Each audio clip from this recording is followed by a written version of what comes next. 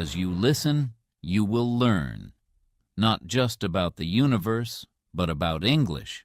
The words are simple. The sentences are clear. The rhythm of the story will guide you. You will hear new words, new ideas, and new ways to express yourself. You will learn the language through the power of storytelling, through emotion, through real events. And with each chapter, your understanding will grow. Close your eyes and imagine a young boy lying on the grass looking up at the night sky. He wonders, what is out there? Where does the universe begin? Where does it end? This is where our story begins. A story of a boy who never stopped asking questions. A story of a man who changed the way we see the universe. This is not just a story about science. It is a story about strength, about never giving up, about fighting even when the world tells you to stop. Stephen Hawking did not walk through life, but his mind traveled farther than anyone else's. He was told he would die young. Instead, he lived for decades, proving that nothing is impossible. You will hear about black holes, about time, about space, but you will also hear about love, struggle, and hope. You will feel the weight of his challenges. You will celebrate his victories. You will follow his journey from a small boy in England to the most famous scientist in the world. So, sit back. Listen closely. Let the words take you on a journey through time, space, and beyond. Because in the end, this is not just Stephen Hawking's story. It is yours too. Chapter 1. The Boy Who Loved the Stars. In a quiet town in England, on a cold winter morning, a baby's first cry filled the air. The year was 1942. His name, Stephen William Hawking. His parents, Frank and Isabel, were both thinkers, lovers of knowledge. They believed in education, in ideas, in asking big questions. But they had no idea. Their son would ask the biggest questions of all. Stephen was not an ordinary child. He was curious, always curious. While other children played outside, Stephen sat and watched the sky. Why did the stars shine? What made the universe so big? He wanted to know. He wanted to understand. At school, Stephen was not the best student. His teachers expected more. His handwriting was messy. His tests, often late. But there was something different about him. He could see patterns, connections, ideas that others missed. Numbers and theories fascinated him. His mind was fast, even if his hands were slow. His classmates gave him a nickname, Einstein. They said it as a joke, but deep inside, Stephen liked it. He admired Einstein, the great scientist who changed the world. Maybe, just maybe, he could do the same. His father wanted him to study medicine, but Stephen had other dreams. He wanted to study the universe. He wanted to understand time. He wanted to find answers to the questions that had no answers yet. At home, books filled every corner. Old books, new books, books about science, mathematics, and history. His family was not rich, but they were rich in knowledge. The Hawkings believed in thinking, in discussing, in exploring ideas. Even dinner was a time for learning. While most families talked about daily life, the Hawkings talked about atoms, space, and the future of mankind. Stephen listened. He absorbed. His world was bigger than his small town, bigger than England, bigger than Earth itself. One day, Stephen built a small computer with his friends. They used old parts, wires, and a lot of imagination. It wasn't much, but it worked. He loved creating things, solving problems, discovering how things fit together. As he grew older, his dreams grew bigger. The sky was not just blue, it was a mystery, and mysteries were meant to be solved. He knew he had to study science, to learn more, to go deeper. At 17, something incredible happened. He was accepted into Oxford University, one of the best schools in the world. It was exciting, but also terrifying. He was young, one of the youngest students there. Could he keep up? Would he succeed? The future was waiting. The stars, the universe, the great unknown, all of it called his name. And Stephen? He was ready to answer. Chapter 2. A Curious Mind at Oxford. At just 17 years old, Stephen Hawking walked through the doors of Oxford University. The ancient buildings, the grand libraries, the long echoing hallways. It was a place of history, of great minds, of brilliant ideas. And now he was part of it. He was one of the youngest students. The others were older, more confident. They had studied longer, knew more. But Stephen was different. His mind worked fast, faster than most. He could see answers before others even finished the question. Yet something was missing. Oxford was a place of tradition. Students followed rules, studied books, memorized facts. But Stephen wanted more. He wanted excitement. He wanted challenges. He wanted to explore the mysteries of the universe. But instead, he was bored. He often finished his work quickly. Sometimes he didn't even try.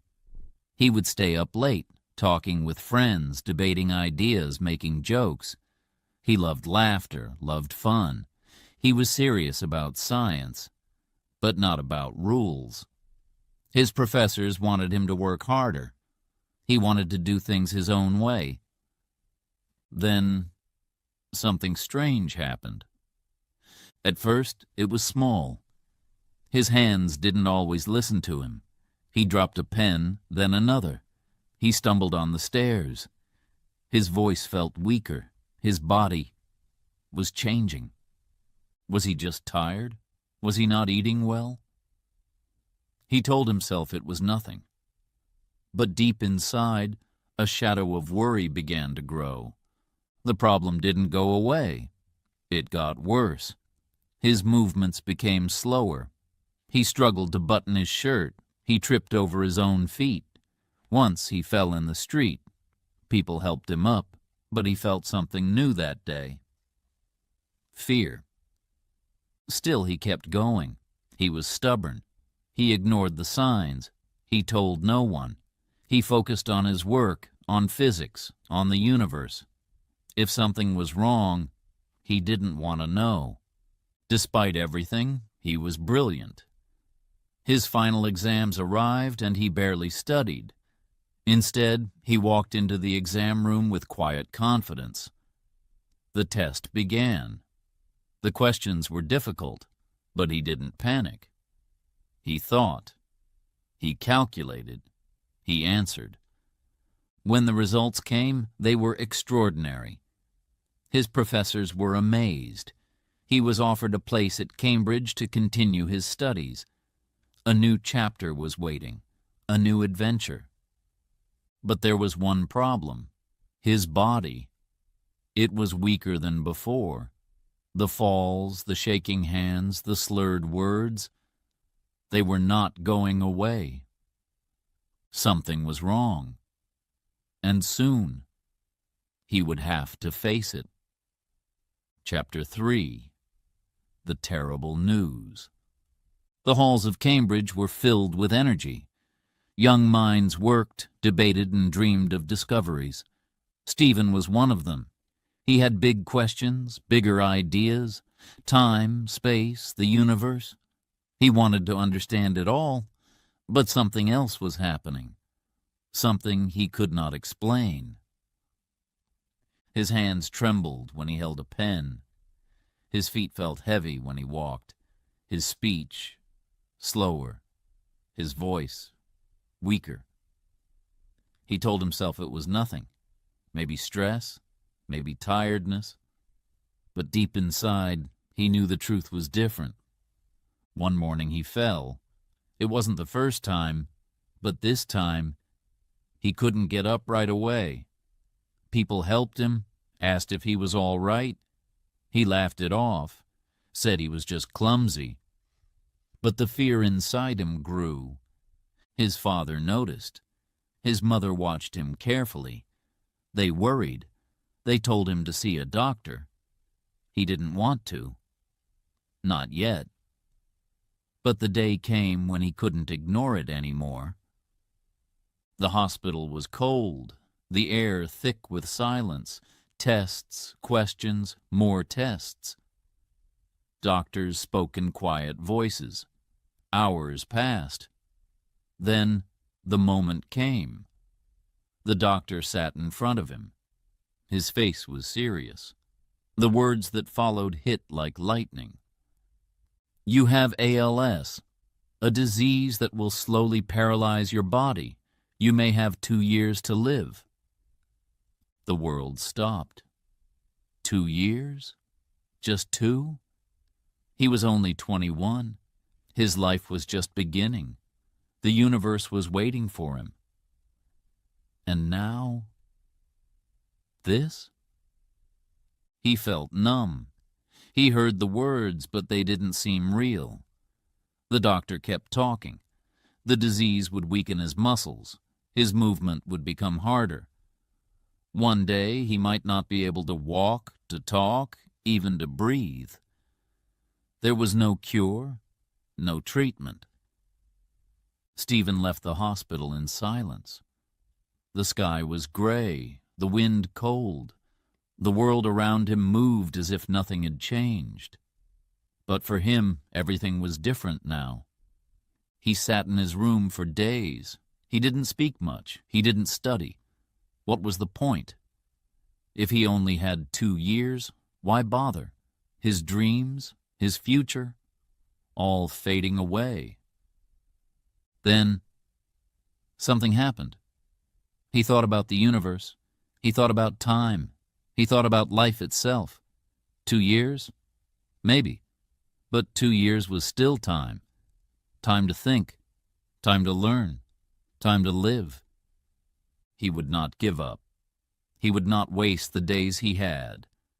If he was going to die, he would die fighting. Not with fists, not with anger, but with his mind. Slowly, he returned to his work. He picked up books again. He asked new questions. If time was running out, then he would make every second count. And so, the fight began. Chapter 4. Love in the Darkest Times. The days after the diagnosis felt empty. Time moved forward, but Stephen felt stuck. The doctors had spoken. The future had been written. His body would weaken. His muscles would fail. The world he knew would slowly slip away. He tried to hide his fear, but it was always there. Every morning, every night. A shadow that followed him. His friends noticed the change. He was quieter, more distant. He smiled less. He spoke less. The once lively debates, the endless questions about the universe, now they felt pointless. Why think about the future when there might not be one? Then he met her. Jane Wilde was a student at Cambridge. She was bright, full of energy, full of life. She had dreams, hopes, and a love for poetry. When she looked at Stephen, she did not see illness. She saw a brilliant mind. She saw a young man with fire in his heart. A man who had something important to give to the world. She was kind. She listened. She laughed at his jokes. She did not pity him. She did not treat him differently. She saw him, not the disease. At first, Stephen did not know what to say. Why would someone like Jane want to be with him? He had ALS. His body was failing. His future was uncertain. He told her she should not waste her time. But Jane disagreed. She was not afraid. She believed in him. She believed in their love. Slowly, things changed. Stephen felt something he had not felt since the diagnosis: hope. With Jane beside him, the dark days did not seem so dark. The future did not seem so empty. She gave him strength. She gave him a reason to keep going. They spent hours together. They walked through the streets of Cambridge. They talked about books, science, music. They shared ideas, dreams, secrets. Jane was patient. When Stephen stumbled, she held his arm. When he struggled with his words, she listened. His body was changing, but his heart was alive. Love gave him courage. He did not want to waste time. He wanted to live. He wanted to learn. He wanted to fight. He returned to his studies with new energy. The universe still called to him. He could not ignore it. He had questions that needed answers. Black holes, time, the beginning of everything. He could not stop now. The disease moved slowly, but it moved. His hands grew weaker. His voice became softer. Walking became harder. But Jane was always there. She never let him fall. She never let him give up. One day he made a decision. He asked Jane to marry him.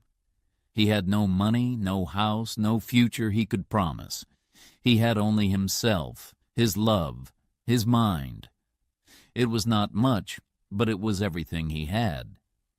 Jane said yes. Not because she felt sorry for him, not because she was afraid to be alone, but because she believed in him. Because love is not about perfect bodies or easy lives.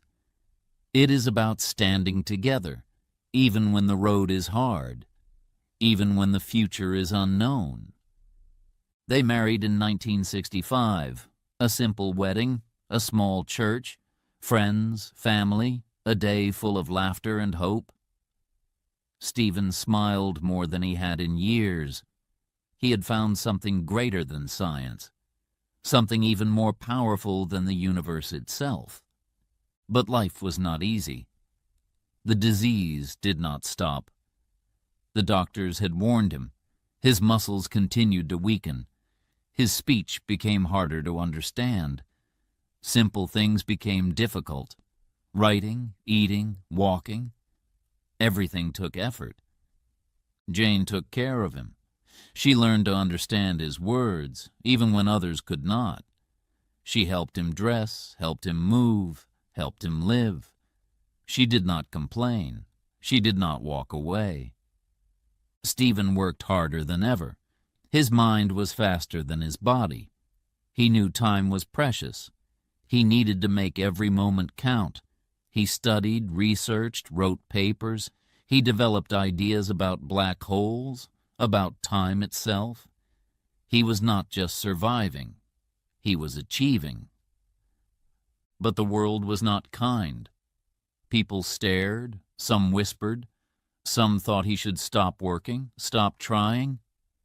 But Stephen ignored them. He had too much to do, too much to discover. His professors were amazed.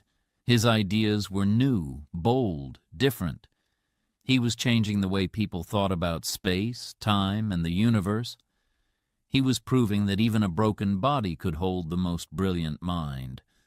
There were hard days, days when the pain was too much, days when he was exhausted, days when fear returned. But Jane was always there. She reminded him why he started.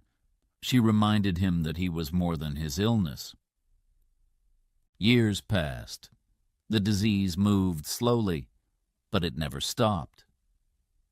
Stephen's body weakened, but his mind soared. His name became known. His work was respected. He was no longer just a student. He was a scientist, a thinker, a force of nature. He could not walk. He could barely write. Speaking became difficult. But he refused to stop. Because love had given him something precious, a reason to fight, a reason to live. The doctors had given him 2 years, 2 years to fade, to disappear. But Stephen had proved them wrong.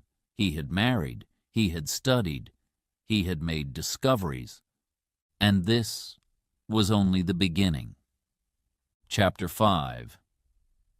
A New World of Black Holes. Stephen sat in his study, lost in thought. Numbers filled the pages before him, equations stretching across the paper like a secret code. His hands trembled as he wrote, his muscles weaker than before, but his mind was stronger than ever. The questions never stopped. The universe was full of mysteries, and he was determined to solve them. Black holes, enormous, powerful, invisible. For years, scientists believed they were like traps, swallowing everything that came near, never letting anything escape, not even light. They were the darkest places in space, impossible to understand. But something about them didn't feel right to Stephen. There had to be more. There had to be a way to see beyond the darkness. He thought about energy, about space, about time itself. He imagined the universe in ways no one else had before. And then it happened. A new idea. A discovery that would change everything. Black holes were not completely black. They were not just voids in space, not just endless traps. They were leaking. Tiny, invisible particles were escaping, bit by bit, slowly but surely. They were losing energy. And if they lost energy, then one day, far in the future, they could disappear completely. This was shocking. It went against everything scientists had believed. No one had ever thought of this before. But the math was clear. The logic was strong. The answer was there, written in numbers and symbols only a few could understand. The idea was new. It was bold. It was strange. Some scientists doubted him. They asked questions, demanded proof. Could he really be right? Could black holes truly fade away? He was sure of it. This discovery became known as Hawking radiation. His name was now part of the universe itself. He had changed physics forever. His work was studied, tested, debated. Scientists around the world were amazed. Some disagreed, some celebrated. But no one ignored him. Stephen could not walk. He could not move without help.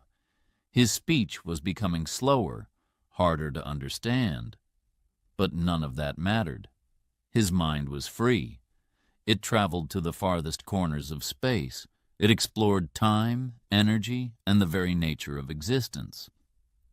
He had done something incredible. He had found light inside the darkness. He had given the world a new way to see the cosmos. And he was not finished yet. His work became famous. People outside the world of science began to hear his name.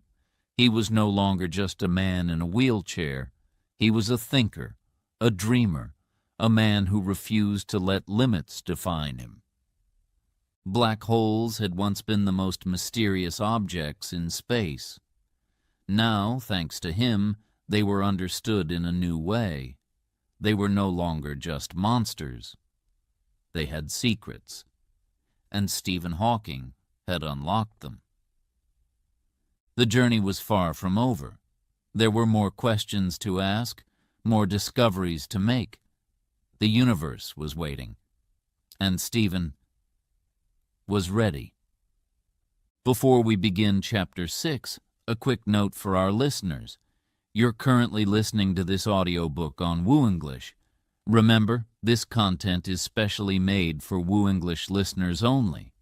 If you're hearing it on any other channel, it may be a violation of WooEnglish's rights. Please ensure you're tuned into the right source to fully enjoy and respect this audiobook journey.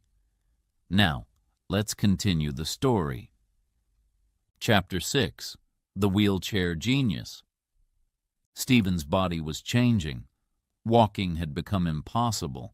His muscles no longer followed his commands. The effort to move, to stand, to take even a single step was too much. The wheelchair became a part of his life. At first, he resisted it. He did not want to depend on it. But soon, he had no choice. His mind, however, remained as sharp as ever. Ideas raced through his thoughts faster than his body could move. He worked harder, pushing the limits of what seemed possible. His discoveries continued. His research expanded. The universe still called to him, and he refused to stop. Every day was a challenge. Simple tasks became difficult. Holding a pen, typing a sentence, even lifting a spoon to his mouth. But he found ways to keep going. He used technology, tools, and the help of those around him. His determination never faded. He had too much to do. Too many questions to answer, too many mysteries to explore. Then another battle began. His voice, once clear, once full of energy, started to weaken. The words he wanted to say no longer came easily. Conversations slowed. Speaking became exhausting. His world became quieter, and the silence frightened him. One day, his voice disappeared completely. He could no longer speak. The illness had taken away his ability to share his thoughts. It could have been the end of his career. It could have been the moment he stopped. But Stephen Hawking never stopped. Technology saved him. A special computer was created, designed just for him. A small switch on his wheelchair allowed him to select words, letter by letter. A robotic voice read them out loud. It was slow, mechanical, unnatural, but it was his voice now. And through it, the world could still hear him. At first, people were surprised. The voice did not match the man. It was cold, electronic, without emotion. But soon, it became part of him. It became his identity. It was Stephen Hawking's voice, and it was powerful. He used it to teach. He used it to write. He used it to inspire. His books reached millions. His speeches were heard by students, scientists, world leaders. He appeared on television. He spoke in documentaries. His voice, though artificial, carried ideas that were larger than life. People listened. They admired him, not just for his intelligence, but for his strength. He had been given a short time to live, yet he refused to let that define him. Decades had passed since his diagnosis. He had built a career, a legacy, a name that would never be forgotten. His wheelchair did not limit him. His robotic voice did not hold him back. Instead, they became symbols of his fight, proof that the human mind could overcome any obstacle, proof that the spirit of discovery could never be silenced. He was more than a scientist now. He was an icon, and his journey was far from over. Chapter 7. A Brief History of Time. The world was fascinated by the universe.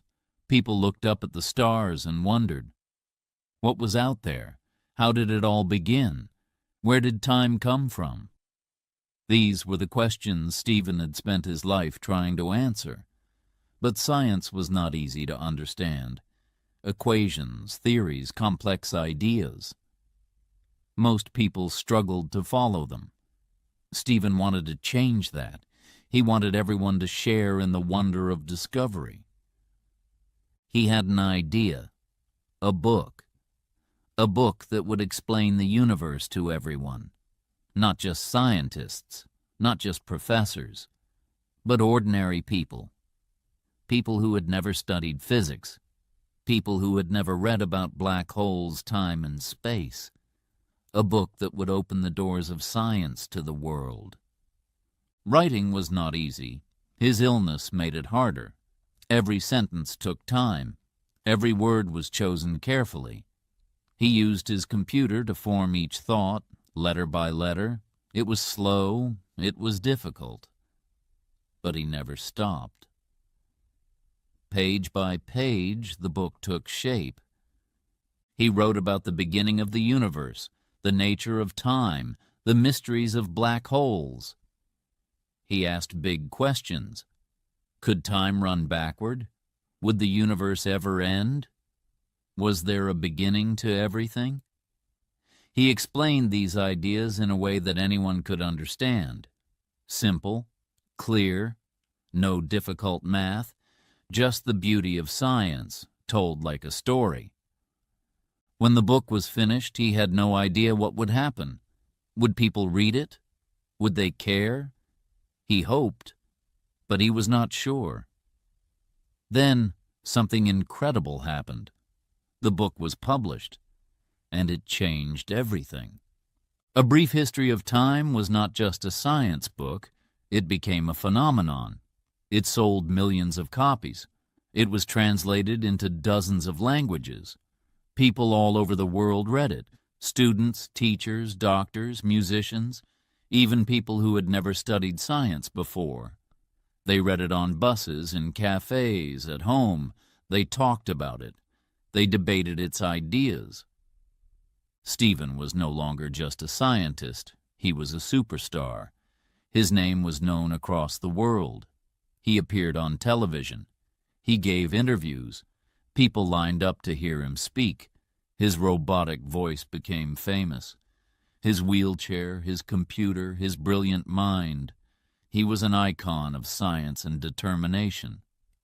The book brought him closer to people. Strangers wrote to him. They thanked him. They told him how the book had changed the way they saw the universe. Some said it had changed the way they saw life itself. He had done something extraordinary. He had taken the most complex ideas in science and made them clear, simple, and beautiful. Years passed, and the book continued to sell. It became one of the most popular science books ever written. It inspired a new generation of thinkers, dreamers, and scientists. People who looked up at the night sky and felt for the first time that they understood a little more about what was out there. He had proved something important. Science was not just for the few, it was for everyone. And the story of the universe was far from over. Chapter 8. Overcoming the Impossible. The doctors had been wrong. They had given him 2 years, but 2 years passed, then 5, then 10. Stephen Hawking refused to give up.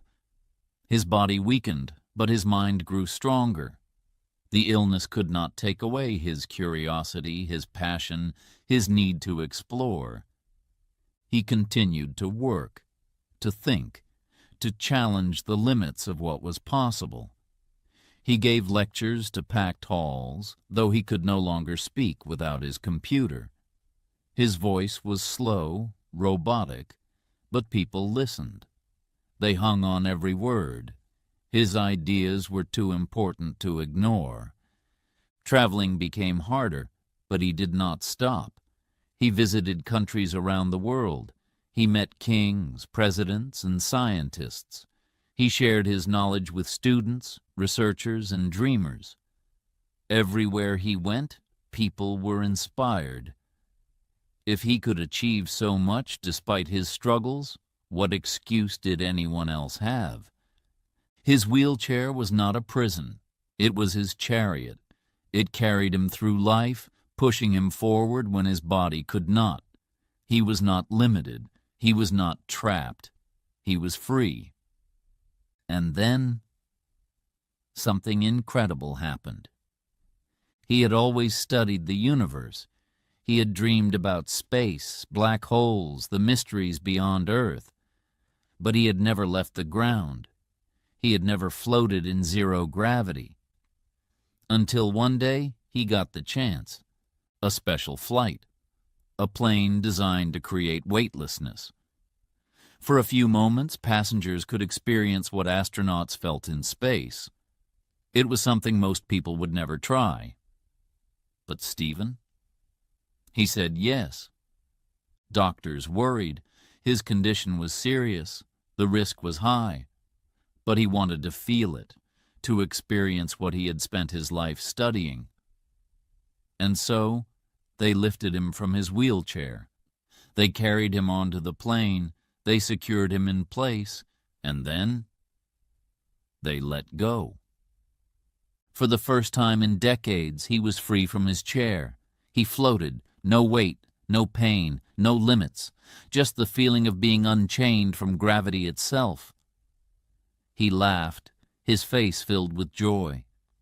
In that moment, he was not a man with ALS. He was an explorer, touching the edge of space. It was proof of what he had always believed. Nothing is impossible. The human spirit can overcome anything. His journey continued. He wrote more books. He gave more speeches. His ideas continued to shape the way people thought about time, space, and the universe. He was more than a scientist. He was a symbol of strength, of determination, of hope. People often asked him how he did it, how he kept going, how he never lost his love for life. His answer was always the same. However difficult life may seem, there is always something you can do and succeed at. He lived by those words, and because of him, millions of others did too. The world watched in awe. His body had limits. His mind had none. And still, he was not finished. Chapter 9. The final chapter. The world stood still. The news spread quickly, from one country to another, from one person to the next. Stephen Hawking had passed away. It was hard to believe. He had defied time for so long, fought against the odds, pushed beyond every limit. And yet, the moment had come. His journey had been extraordinary, born in war, challenged by illness, defined by brilliance. He had once been given 2 years to live, yet he had lived for more than 5 decades beyond that. Not just lived, thrived. He had explored the universe without ever leaving Earth. He had reshaped science, rewritten what was possible, and inspired millions. His wheelchair sat empty, a symbol of the struggle he had endured, but also of the strength he had shown. His voice, robotic yet full of wisdom, would never speak again. But his words, his ideas, they would never fade. People from all over the world shared their grief. Scientists, world leaders, students, ordinary people, everyone felt the loss. He had been more than a physicist. He had been a voice of hope, a symbol of resilience, a reminder that the human mind has no limits. On the day of his passing, something remarkable happened. It was March 14th, a date known to mathematicians as Pi Day, a celebration of numbers, of infinite possibilities. And it was also the birthday of Albert Einstein, the genius who had inspired Stephen as a child.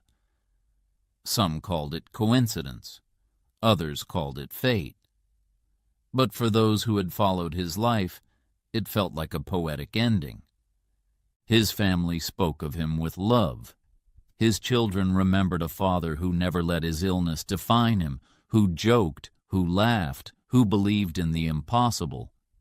They knew he was gone, but they also knew he would never truly leave. At Cambridge, where he had studied, where he had worked, where his mind had soared, the bells of Great St. Mary's Church rang in his honor. A farewell to the man who had looked beyond the stars, who had searched for the answers to the greatest questions of the universe. His ashes were laid to rest in Westminster Abbey between two other great minds, Isaac Newton and Charles Darwin. The past, the present, and the future of science united in one place. But his legacy was not in stone. It was in the minds of those he had touched, in the books he had written, in the discoveries he had made. His words continued to echo. Look up at the stars, not down at your feet. Be curious. However difficult life may seem, there is always something you can do. And so, the story of Stephen Hawking did not end. Because every time someone looks up at the night sky, wondering about the mysteries of the universe, every time a student opens a book and dreams of understanding more, every time a person faces an impossible challenge and refuses to give up, he is still there. Chapter 10. The Legacy Lives On. The night sky stretched above, vast and full of mysteries. The same stars that Stephen Hawking had looked up at as a child still shone, still whispered their secrets. His voice, though silent now, still spoke through the pages of his books, the words in his lectures, the theories he left behind. His journey had ended, but his impact would never fade. Scientists around the world continued his work. His ideas on black holes, space, and time still shaped modern physics. His discoveries were not forgotten. They were stepping stones for future minds. Researchers studied Hawking radiation, tested his theories, searched for answers to the questions he had asked. His dream of understanding the universe did not die with him. It lived on, in the hands of those who dared to look beyond the ordinary. But his influence was not limited to science. His story, his strength, his refusal to surrender to illness inspired millions. He had shown the world that the mind had no boundaries, that even in the face of the impossible, a person could achieve greatness. His life was proof that limits exist only if we accept them. Students in classrooms across the globe read his books. His words reached not just scientists, but everyday people, those who had never studied physics before. He had made the universe understandable. He had opened the doors of science to everyone. His book, A Brief History of Time, continued to sell, continued to ignite curiosity in young minds. A book written by a man who could barely move, barely speak, yet whose voice reached across generations. His robotic voice had once sounded strange to the world. Now it was iconic. Documentaries, interviews, recordings. His voice still echoed, still told the story of the cosmos. He had once feared losing his ability to communicate. Instead, his words became immortal. The wheelchair that carried him through life was more than a machine. It was a symbol of his fight, a reminder that weakness of the body did not mean weakness of the spirit, that even as his muscles failed, his thoughts soared. He had turned his greatest challenge into his greatest strength. Young people facing difficulties looked to him for hope. Those battling illness found courage in his journey. His name was spoken not just in universities, but in homes, hospitals, and schools. He had become more than a scientist. He had become a beacon of resilience. He had once dreamed of space. Though he never traveled there, his ideas did. NASA honored him. Astronomers used his work to explore the edges of the cosmos. His theories shaped the way scientists understood black holes and the fabric of time itself. One of his final wishes was to send his voice into space, a message carried by radio waves traveling beyond our planet. A final goodbye to the stars he had loved so much, a reminder that though he was gone, his spirit was eternal. People still remembered him. They remembered the man who had defied the odds, the man who had outlived every expectation, the man who had never let his illness define him. His humor, his intelligence, his determination, these things did not disappear. His children carried his memory. His students carried his lessons. The world carried his name. One day, far in the future, when scientists finally solve the mysteries he spent his life studying, they will look back and know he was the one who helped them get there. His story had begun with a young boy who loved the stars. It ended with a man who had touched the universe. But in truth, his story did not end at all. Because every time someone looks up at the night sky, wondering, questioning, dreaming, Stephen Hawking lives on.